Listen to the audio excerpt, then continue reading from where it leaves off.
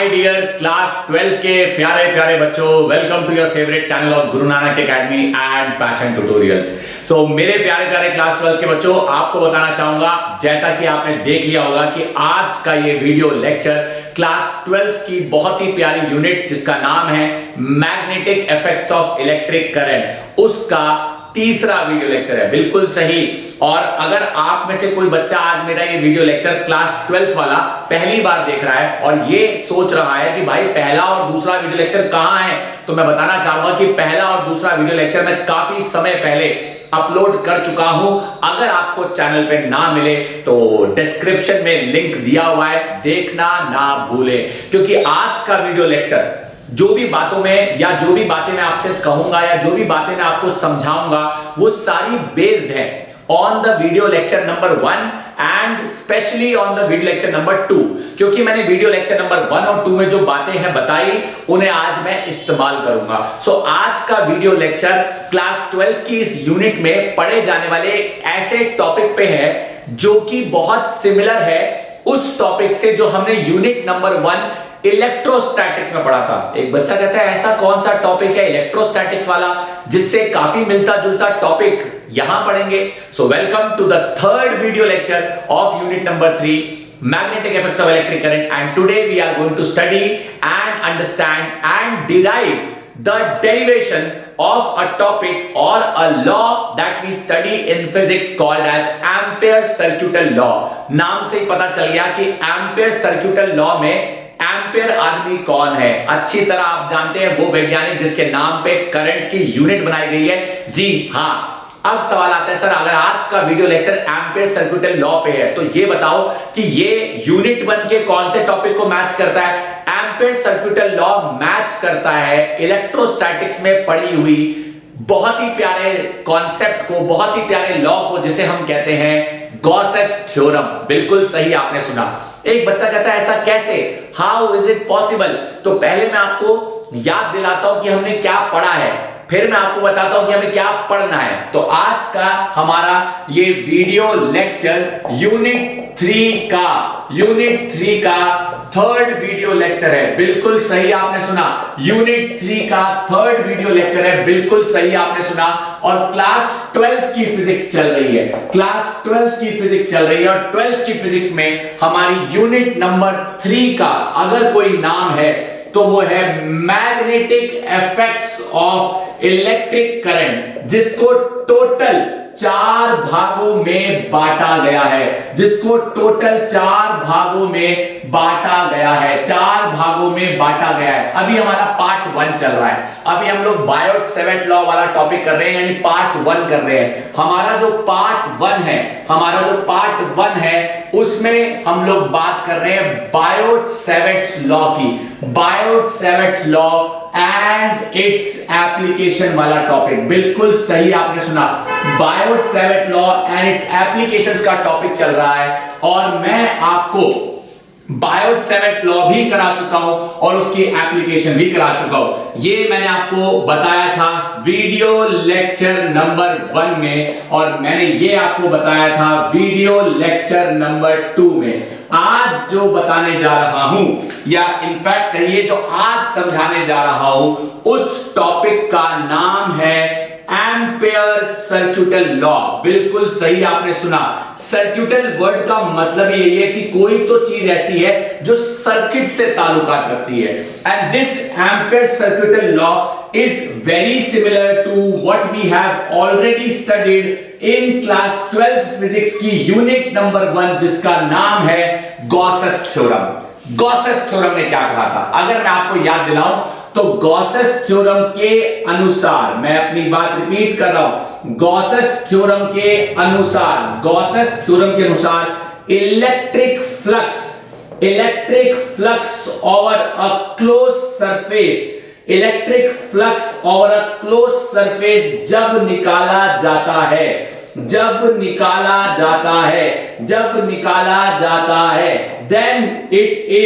then it is written as follows। यानी electric field को close surface के साथ हमने इंटीग्रेट किया था। इलेक्ट्रिक फील्ड को सरफेस के साथ इंटीग्रेट किया था। इसे कहते हैं मेरे प्यारे प्यारे बच्चों surface integration. Surface integration of electric field. Surface integration of electric field यानी किसी सरफेस पे इलेक्ट्रिक फील्ड को इंटीग्रेट किया जा रहा है। और जब ये किया गया तो हमें मिला था 1/ε0 times the total charge enclose. पहले देख लो फिर घूर लो, आ जाए मन में कोई सवाल तो आप मुझसे पूछ लो। This is something very very very important my dear class 12 के प्यारे प्यारे बच्चों। दिख रहा है आपको, साफ साफ दिख रहा है कि इलेक्ट्रिक फ्लक्स के टॉपिक में हमने इलेक्ट्रिक फील्ड को क्लोज सरफेस मानकर या गॉसेस थ्योरम के अंदर गॉसियन सरफेस कंसीडर करके इलेक्ट्रिक फील्ड को सरफेस पे इंटीग्रेट किया था और प्रूव करने के बाद Q/ε0 आया था। ये आप ऑलरेडी पढ़ चुके हो। यानी according to Gauss's theorem whenever the total electric field is integrated over a closed surface, या दूसरे शब्दों में कहूं according to Gauss's theorem the surface integral of the electric field, the surface integral of the electric field over a closed surface is called as Gauss's theorem। लेकिन होता क्या है, दोबारा बोल रहा हूं इसलिए सुनो क्योंकि बहुत सारे बच्चे डेफिनेशन अपने दिमाग से निकाल देते हैं। According to Gauss's theorem the surface integral of electric field over a closed surface is equal to 1/ε0 times the total charge enclosed in that surface। Gauss's theorem के अनुसार किसी भी क्लोज सरफेस पे अगर उसकी इलेक्ट्रिक फील्ड को पूरे surface पे इंटीग्रेट किया जाए तो जो भी फ्लक्स आता है वो हमेशा 1/ε0 टाइम्स होता है उस चार्ज के जो उस सरफेस पे कंसीडर किया गया है या जो उस सरफेस पे मौजूद है। सवाल आता है सर कि अभी जो हमारा यूनिट चल रही है उसमें हम लोग बातें कर रहे हैं मैग्नेटिक फील्ड पे, हम मैग्नेटिक फील्ड का टॉपिक कर रहे हैं, आप कहां हमें याद दिला रहे हो इलेक्ट्रिक फील्ड की बातें। अरे जब मैं ये कह सकता हूं कि मैग्नेटिक फील्ड का ये टॉपिक इलेक्ट्रिक फील्ड के इस टॉपिक से काफी मिलता जुलता है तो क्या मैं आपको याद नहीं दिला सकता हूं कि कैसे फिजिक्स में दो चीजें अलग बातों में बताई गई हैं लेकिन एक नजरिए से बताई गई हैं। कैसे, अब समझाता हूं, सुनो। इलेक्ट्रोस्टैटिक्स में इलेक्ट्रिक फील्ड को सरफेस पे इंटीग्रेट किया गया है। एम्पियर सर्किटल लॉ में magnetic field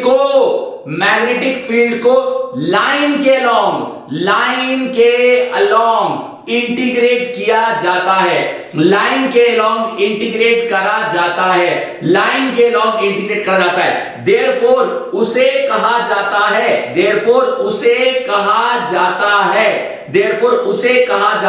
line integral of magnetic field और इसे कहा गया surface integral of magnetic field. Line integral of magnetic field मतलब मैग्नेटिक फील्ड को लाइन का मतलब है लेंथ, मैग्नेटिक फील्ड को लाइन के लॉन्ग इंटीग्रेट किया जाएगा और सरफेस इंटीग्रल का मतलब है ना, ये surface integral of magnetic field लिख दिया गलती से, इलेक्ट्रिक फील्ड होना चाहिए था। तो surface integral of electric field का मतलब है इलेक्ट्रिक फील्ड को सरफेस पे इंटीग्रेट किया जाएगा। तो देखो क्या ये एक्सप्रेशंस मिलते जुलते नहीं है, क्या ये एक्सप्रेशंस आपस में मैच नहीं कर रहे? बिल्कुल मैच कर रहे हैं। एक बच्चा कहता है सर सिर्फ एक्सप्रेशंस मैच कर रहे हैं लेकिन कंक्लूजन या आंसर सेम आए जरूरी तो नहीं है। ये तो मैं भी नहीं कह रहा, ऐसा तो मैंने भी नहीं कहा। मैंने सिर्फ आपको इस टॉपिक को समझाने के लिए इस टॉपिक को याद दिलाया है कि आपको इस टॉपिक को समझने में कोई दिक्कत नहीं होनी चाहिए। अब बात करते हैं एक्चुअली में एम्पियर सर्किटल लॉ की। 2 मिनट के लिए मान लेते कि मैंने आपको इस टॉपिक को समझाने के लिए ये टॉपिक याद ही नहीं दिलाया। अगर मैं शायद दूसरे टीचर्स की तरह बिना आपको ये पुरानी बात याद दिलाए या बिना 2 टॉपिक्स को रिलेट करे आपको मैं सीधा एम्पियर सर्किटल लॉ शुरू कराता तो क्या कहता? क्योंकि मैंने अभी तक ये नहीं बताया है कि मैग्नेटिक फील्ड को लाइन पे इंटीग्रेट करने से क्या मिलता है, लेकिन ये जरूर बता चुका हूं कि इलेक्ट्रिक फील्ड को सरफेस पे इंटीग्रेट करने से क्या मिलता है। एक बच्चा कहता है बताया क्या, ये तो हमें पता है, आपने तो बस याद दिलाया। अरे हाँ, याद तो दिलाया कम से कम। बहुत सारे बच्चे आगे बढ़ते बढ़ते पुरानी बातें भूलने लग जाते हैं। 12th की फिजिक्स है, मजाक में मत लेना। वरना फिजिक्स आपका मजाक बना देगी। लेकिन आपको अपनी पढ़ाई के प्रति लगाना होगा पूरा दम, और दम नहीं होना चाहिए कम जब तक आपके साथ है हम, याद रखना। चलो back to the topic. 2 minute के लिए मान लेते मैंने आपको ये नहीं बताया। एक बच्चा कहता है नहीं बताया तो मिटा दो ना, चलो जी मिटा देते। तो एम्पियर सर्किटल लॉ एक्चुअली में कहता क्या है, और एम्पियर सर्किटल लॉ में एक्चुअली में पढ़ना क्या है। एम्पियर सर्किटल लॉ कहता क्या है और एम्पियर सर्किटल लॉ में पढ़ना क्या है। तो ये वाली बात और ये वाली बात भी यहां से हटा देते हैं। फिलहाल आपको पता होना चाहिए कि हाँ, यूनिट 3 का पहला भाग चल रहा है, पार्ट 1 चल रहा है, 4 भागों में बांटा गया है, पहला भाग चल रहा है। और पहले भाग का जो हमारा टॉपिक चल रहा है उस टॉपिक का नाम है ampere circuital law. Ampere circuital law, ध्यान दीजिएगा। एम्पियर सर्किटल लॉ क्या कहता है आपको बताने जा रहा हूं, आपको समझाने जा रहा हूं। What does this says? I repeat my sentence. According to this law, the line integral of magnetic field, over a closed boundary, or a closed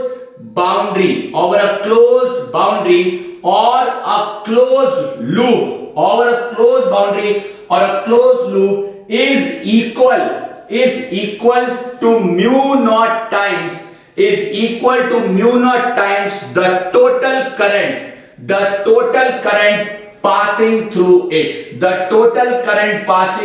it. एक बच्चा बोलता है भाई ये क्या है, भाई ये क्या है? डेफिनेशन से क्या किसी को कॉन्सेप्ट एक बार में समझ आ जाता है? बेशक नहीं आता। डेफिनेशन से कॉन्सेप्ट किसी को एक बार में समझ नहीं आता, लेकिन डेफिनेशन को बनाने से पहले या डेफिनेशन को बताने से पहले कम से कम ये तो पता चले कि जो हम सीख जाएंगे उसका मतलब क्या निकलता है। According to this law, the line integral of magnetic field मतलब बी वेक्टर का लाइन इंटीग्रल, यानी लाइन इंटीग्रल कर रहे हैं डीएल वेक्टर के साथ, ऊपर से कर रहे हैं ओवर अ क्लोज लूप, यानी इंटीग्रेशन कर रहे हैं over a close loop, this is equal to mu not times the total current passing through it. ध्यान दीजिए, एक बच्चा कहता है सर ठीक है, होता होगा, अपने को क्या, आओ जानो समझो, इस कॉन्सेप्ट की समझ, आओ समझिए। क्या ये एक स्ट्रेट वायर है बच्चों? बेशक। अगर इस स्ट्रेट वायर में करंट ऊपर जा रहा है, सुनो ध्यान से, अगर इस स्ट्रेट वायर में करंट ऊपर जा रहा है, सुनना, तो क्या स्ट्रेट वायर के आसपास मैग्नेटिक फील्ड पैदा होगी? बिल्कुल होगी। अगर आप नोटिस करो, इस स्ट्रेट वायर के आसपास क्या मैग्नेटिक फील्ड पैदा होगी? बिल्कुल होगी। अब सवाल आता है सर, करंट ऊपर जा रहा है स्ट्रेट वायर में, आपने इसके आसपास मैग्नेटिक फील्ड बनाई है, वो तो magnetic field due to a straight wire है। बेशक है। कैसे होगी? Clockwise, anti clockwise. तो according to right hand thumb rule, if a current is going in upward direction, then the field lines will always be represented in an anti clockwise manner. तो sir उस हिसाब से ये arrow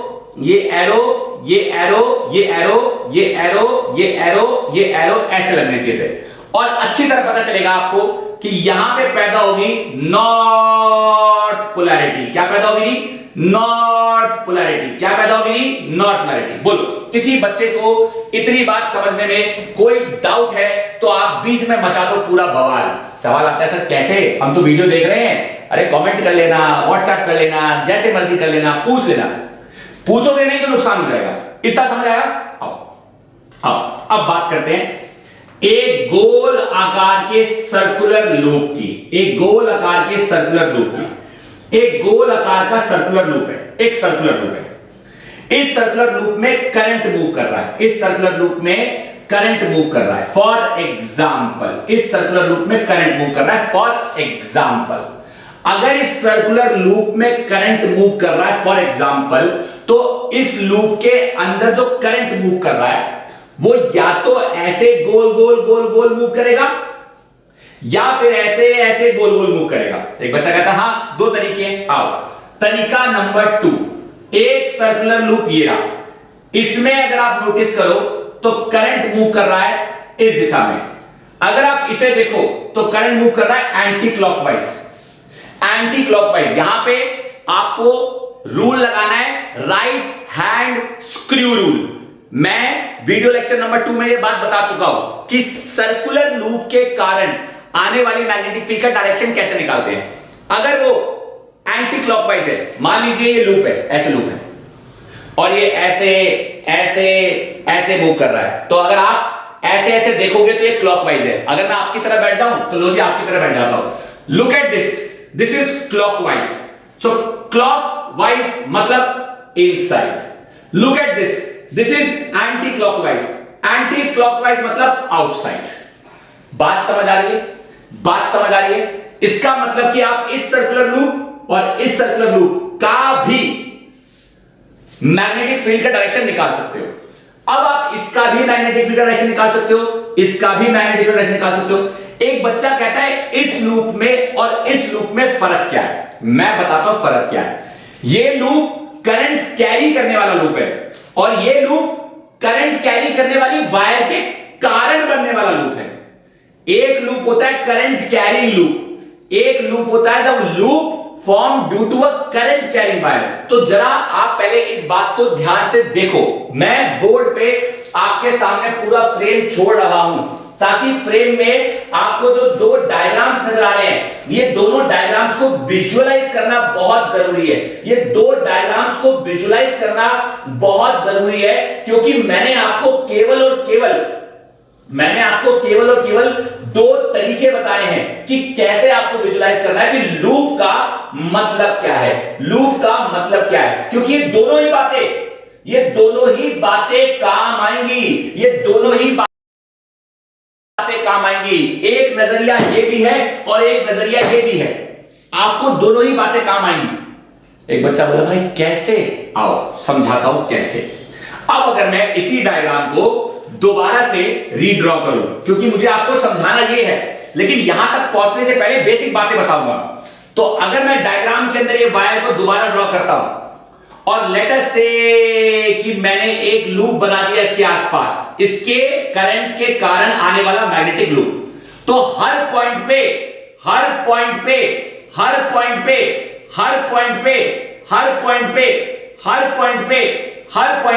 magnetic field का direction होगा। हम सब जानते हैं, हम किसी भी, सुन लीजिए, किसी भी क्लोज लूप के पॉइंट पे अगर मैग्नेटिक फील्ड या इलेक्ट्रिक फील्ड को फाइंड किया जाए देन द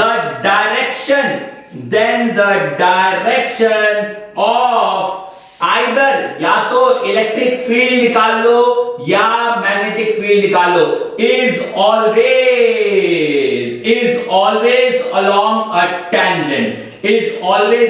अ टेंजेंट। हम सब जानते हैं कि मैग्नेटिक फील्ड की डायरेक्शन भी यहां काम करेगी, यहां काम करेगी, यहां काम करेगी, यहां काम करेगी, यहां काम करेगी, यहां काम करेगी। इसे कहते हैं बीटी। बीटी का मतलब हुआ मेरे प्यारे प्यारे बच्चों टेंजेंशियल मैग्नेटिक फील्ड। अब एक बच्चा कहता है सर ये जो आपने वायर बनाई है ये वायर नहीं है, ये एक्चुअली में मैग्नेटिक फील्ड लाइन है। ये एक्चुअली में मैग्नेटिक फील्ड लाइन है due to a straight wire. देखो ये एक्चुअली में मैग्नेटिक फील्ड लाइन है due to a straight wire, यानी एक स्ट्रेट वायर के कारण बनने वाली मैग्नेटिक फील्ड लाइन। अगर मैं स्ट्रेट वायर की जगह यहां पे एक सर्कुलर लूप लेता हूं, और इसमें करंट फ्लो करता हूं, तो बच्चा जानता है कि हर करंट कैरी करने वाली वायर के कारण मैग्नेटिक फील्ड आती है। तो सुनो, क्योंकि ये वायर गोल आकार की है तो इस हर वायर के किसी हिस्से पर अगर मैं कोई टुकड़ा लेता हूं, मान लो ये डीएल टुकड़ा है, मान लो ये भी एक डीएल टुकड़ा है, मान लो ये भी एक डीएल टुकड़ा है, मान लो ये भी एक डीएल टुकड़ा है, मान लो ये भी एक डीएल टुकड़ा है। तो सुनो ध्यान से, अगर ये डीएल टुकड़ा है और इसी पॉइंट पे इस वायर के लूप पे मुझे मैग्नेटिक फील्ड निकालनी हो, तो करंट कैरिंग गोल आकार की तार पे भी मैग्नेटिक फील्ड ऐसे ही निकलती है। करंट कैरिंग गोल आकार के पॉइंट पे मैग्नेटिक फील्ड ऐसे निकलती है, पॉइंट पे, पूरी वायर से नहीं। पूरी वायर से मैग्नेटिक फील्ड निकालेंगे स्क्रू रूल। अगर ये गोल तार है तो पूरी वायर की मैग्नेटिक फील्ड या तो अपवर्ड होगी या इनवर्ड होगी, as per right hand screw rule. लेकिन अगर मैं इस पूरी गोल तार की टोटल मैग्नेटिक फील्ड निकालने को ना कहूं, सिर्फ ये कहूं कि किसी पॉइंट पे निकालो, किसी पॉइंट पे निकालो, तो हर पॉइंट अपने आप एक छोटा सा टुकड़ा बनेगा। अगर हर पॉइंट अपने आप एक छोटा सा टुकड़ा बनेगा तो हर पॉइंट पे मैग्नेटिक फील्ड की कोई दिशा हो सकती है। वो दिशा ठीक वैसे ही निकलती है जैसी यहां निकल रही, जैसे यहां निकल रही। एक बच्चा बोला साफ साफ कहो ना, magnetic field lines due to a straight wire के लूप पे हमेशा हमेशा टेंजेंट होती है, तो यहां भी क्या होगी, टेंजेंट। अच्छा, इसका मतलब अगर डीएल यहां तो मैग्नेटिक फील्ड भी यहां, अगर डीएल यहां तो मैग्नेटिक फील्ड भी यहां, अगर डीएल यहां तो मैग्नेटिक फील्ड भी यहां, अगर डीएल यहां तो मैग्नेटिक फील्ड भी यहां, अगर डीएल यहां तो मैग्नेटिक फील्ड भी यहां। ऐसा क्यों लग रहा है कि मैग्नेटिक फील्ड और डीएल, मैग्नेटिक फील्ड और डीएल, मैग्नेटिक फील्ड और डीएल, मैग्नेटिक फील्ड और डीएल की दिशा सेम है? लग नहीं रहा है, क्योंकि दोनों टेंजेंट है। करंट एलिमेंट भी टेंजेंट दिख रहा है उसी पॉइंट पे टुकड़ा, और मैग्नेटिक फील्ड भी टेंजेंट दिख रही है उसी पॉइंट पे। इसका मतलब क्या हुआ, इसका मतलब क्या हुआ, इसका मतलब ये हुआ, इसका मतलब ये हुआ, इसका मतलब ये हुआ, इसका मतलब ये हुआ। आओ बात करता हूं मतलब की। अब मतलब क्या हुआ, इसका मतलब ये निकला कि किसी भी प्रकार की, इसका मतलब निकला कि किसी भी प्रकार की गोल आकार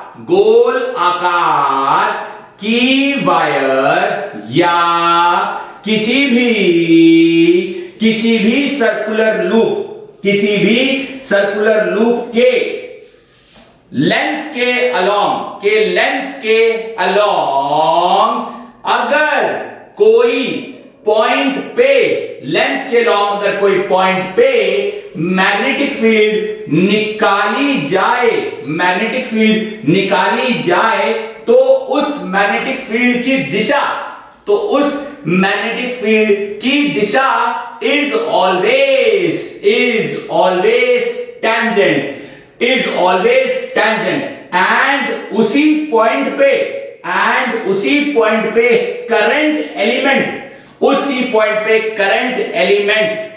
एलिमेंट जिसे कहा जाएगा DL will also be tangent, and therefore they both will be in same direction. ये बातें कोई नहीं बताता, they both will be in same direction, ये बातें कोई नहीं बताता। बस मुझे है बीमारी कि आपको सारी चीजें अंडरस्टैंड करानी है। हाँ, अंडरस्टैंड कराने की बीमारी है मुझे, मैं कराना चाहता हूं।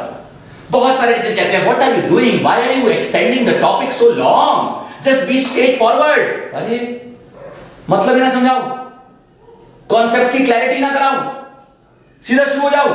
देखो, घूरो, समझो, जानो, पहचानो, और फिर भी उठे मन में कोई सवाल तो मेरे प्यारे प्यारे बच्चों मचा देना बवाल।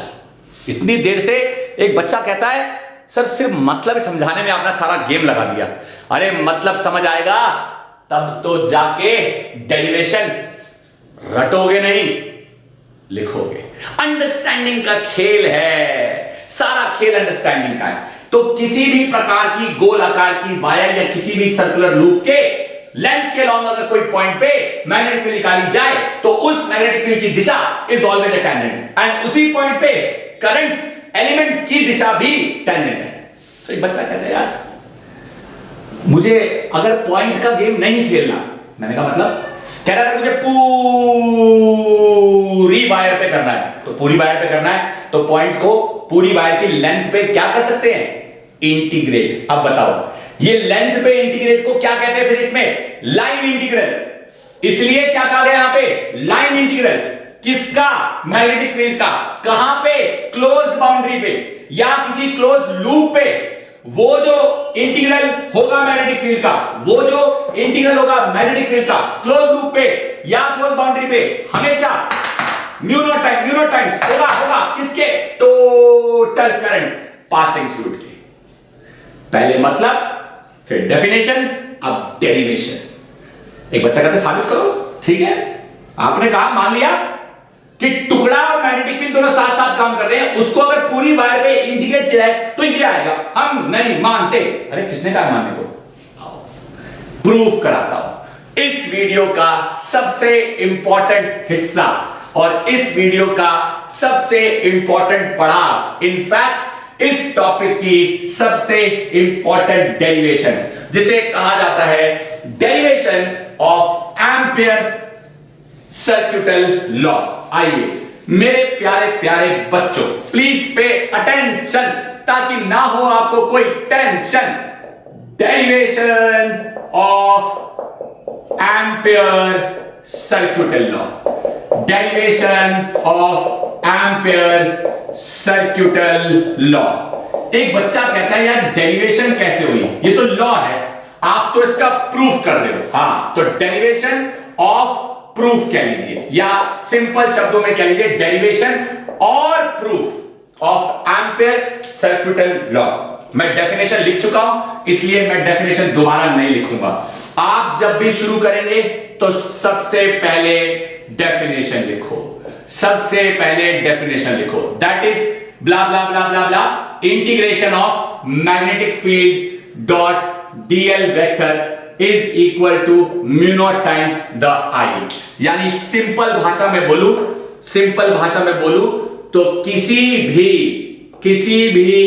क्लोज्ड पाथ पे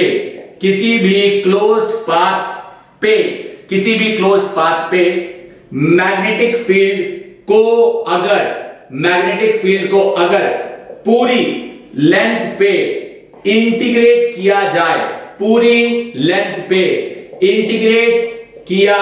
जाए, then the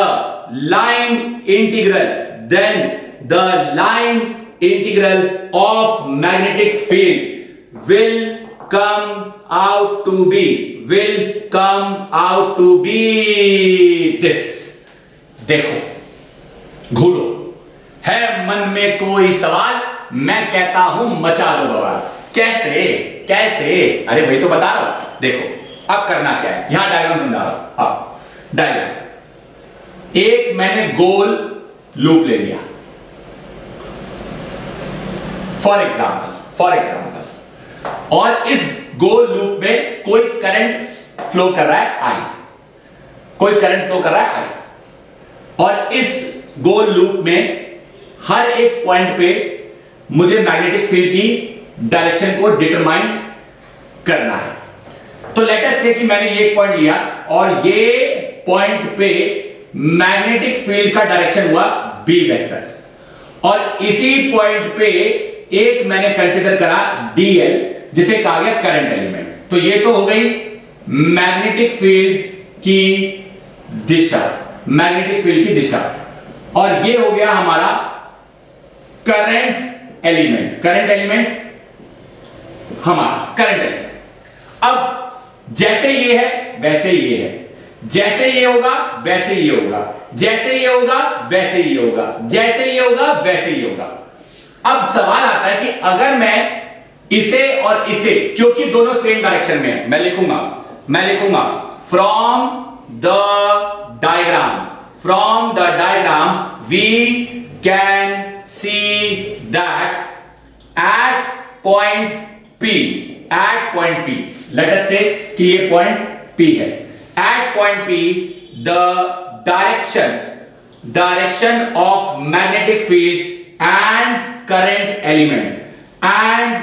element is same. भाई नजर आया? देयरफॉर उनका dot product over the entire length can be written as देखो जी क्या मैं लिख सकता हूं, b का वेक्टर डॉट dl का vector is equal to BDL cos theta is equal to BDL cos 0। एक बच्चा कहता है सर ये तो सिर्फ BDL आ गया, याद करो गॉसेस थ्योरम में आता था EDS cos थीटा, याद आया, गॉसेस थ्योरम में आता था EDS cos थीटा। एक बच्चा कहता है सर ये तो सिर्फ आपने एक टुकड़े का निकाला है, क्योंकि मैंने कहा है ओवर द एंटायर लेंथ, तो इसको लूप पे क्लोज सरफेस पे इंटीग्रेशन करेंगे। तो मैंने लेफ्ट हैंड साइड ये रखी है, यानी integration of b dot dl, right hand side में मैं फंस गया क्योंकि मेरे पास b नहीं है। भाई dl तो निकाल लोगे, पूरे लूप का लेंथ क्या होता है 2 पाया, मेरे पास b नहीं है, क्या करें। एक बच्चा कहता है घबराओ मत सर जी, घबराओ मत, ये देखो close surface integration of b का वेक्टर डॉट dl का vector is equal to b close surface integration of dl। तो मेरे पास आ गया b multiplied by 2 pi r। बोलो हाँ या ना, घूरो देखो मन में कोई सवाल, मेरे बच्चों मचा दो बवाल, घूरो देखो मन में कोई सवाल, मेरे बच्चों मचा दो बवाल। b तो है ही नहीं। एक बच्चा कहता है इस पॉइंट पे b कैसे निकाले, इस पॉइंट पे b निकालने के लिए हम कंसीडर करते हैं एक स्ट्रेट वायर, एक ऐसी स्ट्रेट वायर जो कि इस b पॉइंट पे r की दूरी पर एक कुछ मैग्नेटिक फील्ड पैदा करेगी। और हम सब जानते हैं कि p पॉइंट पे r की दूरी पर स्ट्रेट वायर के कारण पैदा होने वाली मैग्नेटिक फील्ड क्या होती है, mu naught I upon 2 pi r। बच्चा जानता है स्ट्रेट वायर के कारण एक r की दूरी पे पैदा होने वाली मैग्नेटिक फील्ड का एक्सप्रेशन होता है mu naught I upon 2 pi r। इसे अगर मैं यहां पुट करूंगा तो मुझे प्राप्त होगा mu naught I upon 2 pi r multiplied by 2 pi r, cancel और hence prove that close surface integration of b vector dot dl vector comes out to be the mu naught times the total current passing through that loop or current passing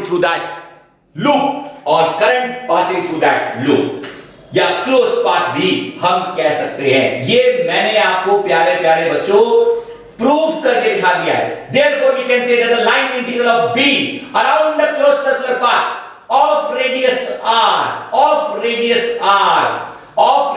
r is mu naught times the total I। अगर आपको याद हो मेरे प्यारे बच्चों, मेरे प्यारे class 12th के बच्चों कि जब हमने इलेक्ट्रोस्टैटिक्स में गॉसेस थ्योरम करी थी, तो याद रखिएगा कि उस थ्योरम को अप्लाई करने के लिए एक बहुत ही प्यारी कंडीशन थी। वो कंडीशन थी सरफेस की, और उस सरफेस को कहा गया था गॉसियन सरफेस। ठीक उसी प्रकार एम्पेयर सर्किटल लॉ को साबित करने के लिए एक बहुत ही प्यारी कंडीशन है, और वो कंडीशन है लूप की। ये जो लूप मैंने बनाया है, ये लूप अराउंड अ करंट कैरिंग वायर बनाया है, यानी एक स्ट्रेट वायर जिसमें करंट माना गया I, और उसके कारण एक मैग्नेटिक लूप पैदा हुआ, जिस लूप के अंदर पैदा होने वाली मैग्नेटिक फील्ड की एक दिशा निकाली गई जो कि टेंजेंशियल थी। तो ये मैग्नेटिक फील्ड जो पैदा हुई है इसी करंट I के कारण ही। तो ये करंट I जो है वो इस लूप के अंदर पैदा होने वाली मैग्नेटिक फील्ड का कारण है। इसलिए यहां पे एक वर्ड यूज किया गया था डेफिनेशन में, थ्रेडिंग थ्रू द लूप। इसे कहते हैं एम्पेरियन लूप। गॉसेस थ्योरम में हमने कहा था गॉसियन सरफेस। एक बच्चा कहता है जब आपने गॉसेस थ्योरम कराई थी तो फिर आपने ये भी कहा था कि गॉसेस थ्योरम की कुछ एप्लीकेशंस होती हैं। ऐसे तो फिर एम्पेयर सर्किट लॉ अगर गॉसेस थ्योरम से इतना मिलता जुलता है तो फिर तो एम्पेयर सर्किट लॉ की भी कुछ एप्लीकेशंस होनी चाहिए बखूबी। मेरे प्यारे प्यारे क्लास 12th के बच्चों, आज का ये वीडियो लेक्चर पूरी तरह से इसी में बेस्ड था कि आपको समझ आ सके कि भाई होता क्या है एम्पेयर सर्किट लॉ। मैं जो अगला वीडियो लेक्चर लेकर आऊंगा उसमें मैं आपको कराऊंगा practical applications of ampere circuit law कि भाई एम्पेयर सर्किट लॉ आप कहां कैसे और किन चीजों की मैग्नेटिक फील्ड निकालने में काम आते हो। याद करो गॉसेस थ्योरम को हमने यूज किया था to determine the electric field intensity due to a thin infinity rod. याद करो हमने गॉसेस थ्योरम को इस्तेमाल किया था to determine the electric field intensity due to a thin sheet of charge. अबे जब गॉसेस थ्योरम की एप्लीकेशंस हो सकती है तो क्या एम्पेयर सर्किट लॉ की एप्लीकेशंस नहीं हो सकती? बेशक है। लॉट कराऊंगा यूनिट 3 के पार्ट 1 का चौथा वीडियो लेक्चर और वो पार्ट 1 का चौथा आखिरी होगा। यूनिट 3 में कुल मिलाकर 4 पार्ट में पहला पार्ट चल रहा है, पहला पार्ट का ये तीसरा वीडियो लेक्चर है और चौथा वीडियो लेक्चर आखिरी वीडियो लेक्चर होगा। यूनिट 3 का पार्ट 1 खत्म, यानी Biot-Savart law and it's applications का पूरा इंट्रोडक्टरी टॉपिक खत्म। आपको कुछ नहीं करना है, बस दिल थाम के बैठना है और मेरे द्वारा बताई हुई इस बात को किताब में जाके देखना है कि भैया जो मास्टर ने बताया है क्या किताबों में लिखा है। जाके देखो कितना लिटिल लिखा है और कितना एक्स्ट्रा आपको एक्सप्लेन किया है, क्योंकि आप 12th क्लास के स्टूडेंट हो, मजाक नहीं है।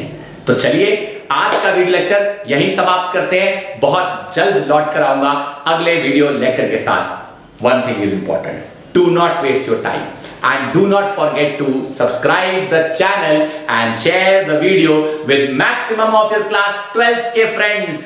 थैंक यू प्यारे प्यारे क्लास 12th के बच्चों।